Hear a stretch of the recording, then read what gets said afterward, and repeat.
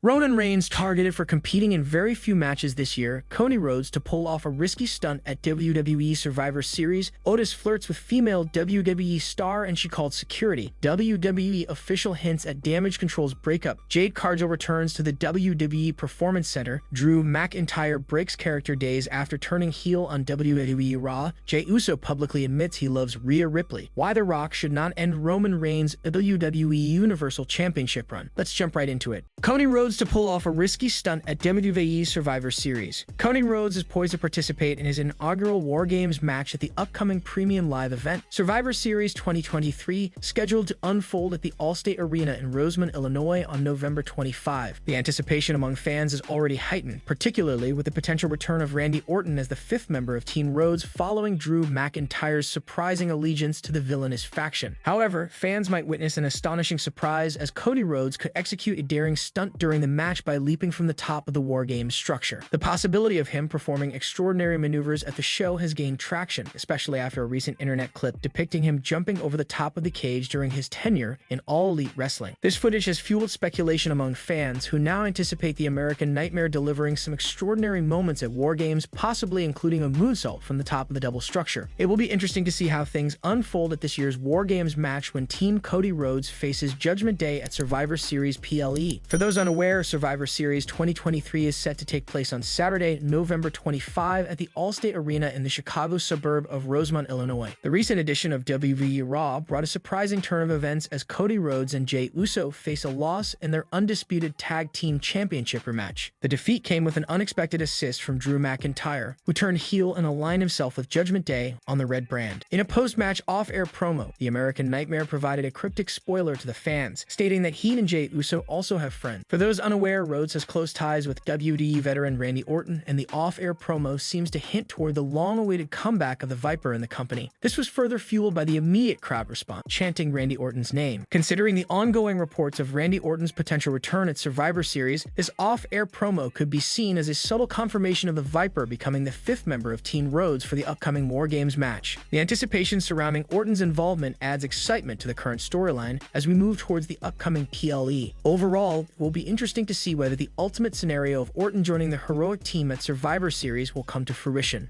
Otis flirts with female WWE star and she called security. Otis is quite over as a WWE star and has done a lot of work to get there. As a whole, he's a fan favorite and even when pushed as a heel, was quite beloved by the fans. Now as a part of Alpha Academy, he still retains his charm. However, one WWE star didn't share this thought and in fact was horrified when he started to flirt with her, Lash legend. Alpha Academy was on NXT this week as they were the guests for Meta 4 on the Supernova sessions this week. Both groups took shots at each other throughout the segment, but when Chad Gable announced that he was going after the Heritage Cup and taking it from Dar, things broke down. It ended with Gable taking out Dar with a headbutt. However, during the course of the exchange, something else happened. Much like Otis has previously done, he decided to flirt with a female star. However, unlike Mandy Rose and Maxine Dupri, both of whom appeared to be fond of him, Lash legend was disgusted. Otis started flirting with the star the moment he had the mic and Legend, very bemused, screamed and called for security. She was clearly not interested in either Otis' proposal or the wiggling of his hips that followed it. Although the WWE star was in high spirits when it came to flirting with Lash legend on NXT the previous night, the star didn't have the best experience. He suffered a loss against Shinsuke Nakamura in a match where he took a Kinshasa. Clearly the effects were not lasting as seen on NXT, but it remains to be seen if he takes up the issue of losing to Nakamura next week on Raw. Do you think the Alpha Academy member will go after Shinsuke Nakamura? WWE official hints at Damage Control's breakup. A WWE official recently pointed out the tension among members of Damage Control. He also hinted at the members of the faction turning on each other. Damage Control grew from a group of 3 members to one with 5 within a couple of weeks. Kairi Sane returned to WWE at Crown Jewel to help Io Sky retain her title against Bianca Belair. Last week on SmackDown, Asuka turned on Charlotte Flair in the EST during a tag team match against the faction to ultimately join them. SmackDown General Manager Nick Aldis pointed out that the new members of the Damage Control seem to have affected the leader of the faction, Bayley. On the latest episode of WWE's The Bump, Nick Aldis hinted at a potential turn from Damage Control members. While talking about handling egos, the former Impact star stated how the dynamic shifts every time someone new comes in. Aldis further added that at times a competitor is left with no choice but to go through people and believes the Bayley-led faction is a perfect example of this. Every time a new personality comes into the equation, the dynamic shifts, and we are all looking for the same thing. We are all looking for respect. We are looking to make make money, and if you are a competitor in WWE, you're looking for championship gold. Most of the time, you are left with no choice, especially when you get towards the top, you have to go through people. And I would say that the situation with Damage Control is a little bit of an example of this, Nick Aldis said. The SmackDown GM added, "The air is thin at the top, as they say, and Bayley might have been, Sue Asterisk King, a bit too much of that air herself, and now she has started to look around and go, wait a minute, these guys are making moves unilaterally here, and now I'm sort of left having to make a decision. I understand politics, I understand the emerging dynamics between people, I understand certainly from a talent's point of view, what's really going under the surface. Like I understand that deep down, everybody is a target. It just depends on the timing. There appears to be visible tension among the members of Damage Control. It will be interesting to see how the creative team goes ahead with the faction's storyline. Kairi Sane made an unexpected comeback at Crown Jewel during the Women's Championship match. In a surprising turn of events, the Japanese wrestler attacked Bianca Belair to help Io Sky retain her title. The former NXT champion last competed for the company on the July 20, 2020 edition of Raw. Interestingly, she defeated her current stablemate, Bayley, in that match. The latter also brutally attacked the former women's tag team champion on her final TV appearance. What do you think about Kairi Sane's return to WWE? Jade Cargill returns to the WWE Performance Center. Jade Cargill continues to prepare for her in-ring debut for WWE after the company pulled out all the stops to announce her signing in late September, after a rookie run with AEW that included a 60-match undefeated streak and a 508-day reign with the AEW TBS Championship. It was announced on September 26 that WWE had signed Cargill to a multi-year contract. WWE also announced that Cargill had begun training at the WWE Performance Center in Orlando, Florida. Cargill then made a few special appearances at WWE Fastlane, Raw, NXT, and SmackDown. Cargill is now back at the WWE Performance Center to continue in-ring training for her first WWE match. PW Insider reported today that Cargill was back in Orlando at WWE's premier training facility. The 31-year-old Cargill met with WWE Chief Content Officer Triple H on the Fastlane kickoff pre-show last month, which was her official WWE TV debut. She then had encounters with top superstars on all three of WWE's main TV shows, but it remains to be seen which brand Cargill will be assigned to first. Jade Cargill has a long list of potential top talent opponents in WWE, but she may want to avoid Charlotte Flair, says legendary WWE Hall of Famer Ric Flair. The Queen and Big Jade recently faced off on an episode of WWE SmackDown, which led to lots of fan speculation on a potential match between the two. The Nature Boy addressed the Flair versus Cargill backstage showdown during an interview with Comic Book and warned Cargill to stay away. While there may be some time before we get Flair versus Cargill, one opponent that could be in Cargill's future is Lyra Valkyria, the current NXT Women's Champion. The star already had words for Cargill. Who in WWE should Jade Cargill feud with first? Do you want to see her bypass NXT for the main roster? Drew McIntyre breaks character days after turning heel on WWE Raw. Drew McIntyre finally delivered the fans what they had been clamoring for a long time. He finally turned heel on Monday Night Raw this week and gave an emphatic statement to the WWE Universe. However, McIntyre's recent social media activity became the talk of the town. It also left fans wondering whether he broke his on-screen character just days after turning heel. The Scottish Warrior recently took to Twitter/X to congratulate cricket maestro Virat Kohli for his historic 50th century and the entire Indian team for winning the semi-final match of the ICC Cricket World Cup 2023 that recently took place in Mumbai, India. Drew McIntyre has always been quite connected to India and has a fondness for the Indian cricket team. In the past, he also tweeted to congratulate Indian cricketer Surya Kumar Yadav for his performance. It is quite common in WWE for heels to support and congratulate their favorite teams. Therefore, McIntyre did not break his character as he just showed his support for his favorite cricket team. Survivor Series 2023 is just around the corner and the company has been gearing up for the premium live event. The show will feature a men's War Games match between Cody Rhodes' team and the Judgment Day. However, there has been a shocking turn of events this week on Raw as Drew McIntyre finally unleashed his heel persona and aligned with Rhea Ripley. This angle could be the catalyst for heralding a major change. Drew McIntyre is reportedly the fifth heel faction member in the War Games match at Survivor Series. Now that he has turned heel, he is expected to pair with the Judgment Day to take on the face team. There's a very good possibility of it happening as the Scottish Warrior has bad blood with Jey Uso. Moreover, his being a part of the match and the faction will catapult his heel turn. On the other hand, Randy Orton is the name that is expected to join forces with Cody Rhodes, Jey Uso, Sami Zayn, and Seth Rollins. He is rumored to be the fifth member of the face team at War Games.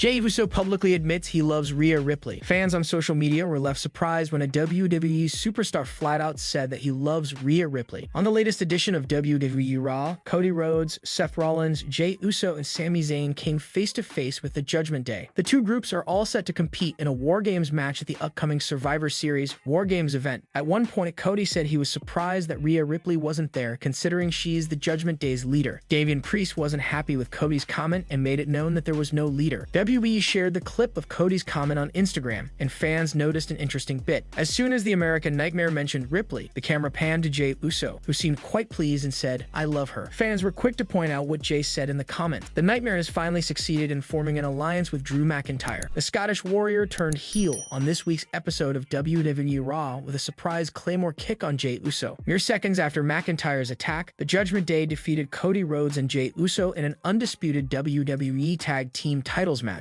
As the show was about to go off the air, Drew McIntyre and Ripley shook hands at the entranceway. After the cameras stopped rolling, a fan captured a short clip that showed McIntyre heading backstage. Ripley didn't follow him though, as she had one more thing left to do. The Women's World Champion blew a kiss to Jey Uso before going backstage. Drop your thoughts on Jey Uso's epic reaction to Cody mentioning Ripley. Why The Rock should not end Roman Reigns' WWE Universal Championship run. While The Rock certainly has enough star power to take on Roman Reigns and actually come out on top, a WWE Hall of Famer believes it should not happen. The Tribal Chief has heralded a new age for the Stanford-based promotion since rising to the top of the food chain. His absolute dominance has led to him being the undisputed WWE Universal Champion for over 1,000 days already, a record that cannot be taken lightly. However, this has also led to the problem of finding a suitable opponent for him that can take him down convincingly. While an idea for The Rock to face Reigns had been discussed before, Teddy Long believes that this is not a solution. Speaking on the latest episode of Sportskeeda's Wrestling Time Machine hosted by Mac Davis, the WWE Hall of Famer stated, "Well, here's what you gotta look at too. You know, when Rock leaves there, Rock is going back to Hollywood. Why would you put the title on Rock? That ain't it. You know what I mean? He could be involved, but having him beat Roman, that's not it." While the Bloodline has been on a roll for a significant time, Teddy Long feels the story has slowed down lately. On the same episode of Wrestling Time Machine, the Hall of Famer questioned the future plans for the stable. He also made it clear that Sami Zayn and Kevin Owens needed to be focused on. "I think some of those guys that were involved in that, I think they are maybe in limbo. That means that right now they may be trying to figure out just exactly what they want to do with each one of them. Do they want to start something else? So I think right now it's depending on creative. Once they get something going for these guys, especially Sami Zayn, he's the guy you gotta do something with. He busted his A, you know what I mean, great guy. Kevin Owens, another guy, so it's basically left up to creative. What is next for the Bloodline in WWE? Only time will tell, but the fans are sure signed up for the journey." Roman Reigns targeted for competing in very few matches this year. WWE Hall of Famer Booker T has shared his thoughts on the number of matches Roman Reigns has had this year so far. The Tribal Chief has only competed in 11 matches this year, which includes TV and house shows. His undisputed WWE Universal Championship was on the line in only 9 of those bouts. The head of the table is currently not advertised for Survivor Series War Games, the last premium live event of 2023. It's unlikely that he'll compete in another televised match this year. Speaking on the latest edition of the Hall of Fame podcast, Booker T commented on Roman Reigns only working a few matches this year. He thought the champion had 22 matches, but the correct number is 11. You know, people are gonna find something to complain about all the time. I think one of the biggest complaints was guys work too much. Go back to the old days and just think about how many times Hogan worked on television in a calendar year. Might be less than that, and nobody was bigger than Hogan. Can you imagine a boxer boxing 22 times in a year? Or an MMA fighter fighting 22 times in a year? 22 times is actually a lot. That's just the way I look at it. So I look at the pros and cons of it. If Roman wasn't selling no tickets, we could talk, said Booker. The head of the table defeated LA Knight at Crown Jewel in Saudi Arabia to retain his undisputed WWE Universal Championship. He didn't win the match clean, as there was an interference by the Bloodline as usual. On SmackDown last week, the megastar cut a promo in the ring before his match and stated that he isn't done with the Bloodline. He still wants the title, which means he wants another match against Roman Reigns. It'll be interesting to see whether LA Knight gets his wish and whether he'll get the job done if he ends up facing Roman again. Do you think LA Knight can dethrone Roman Reigns?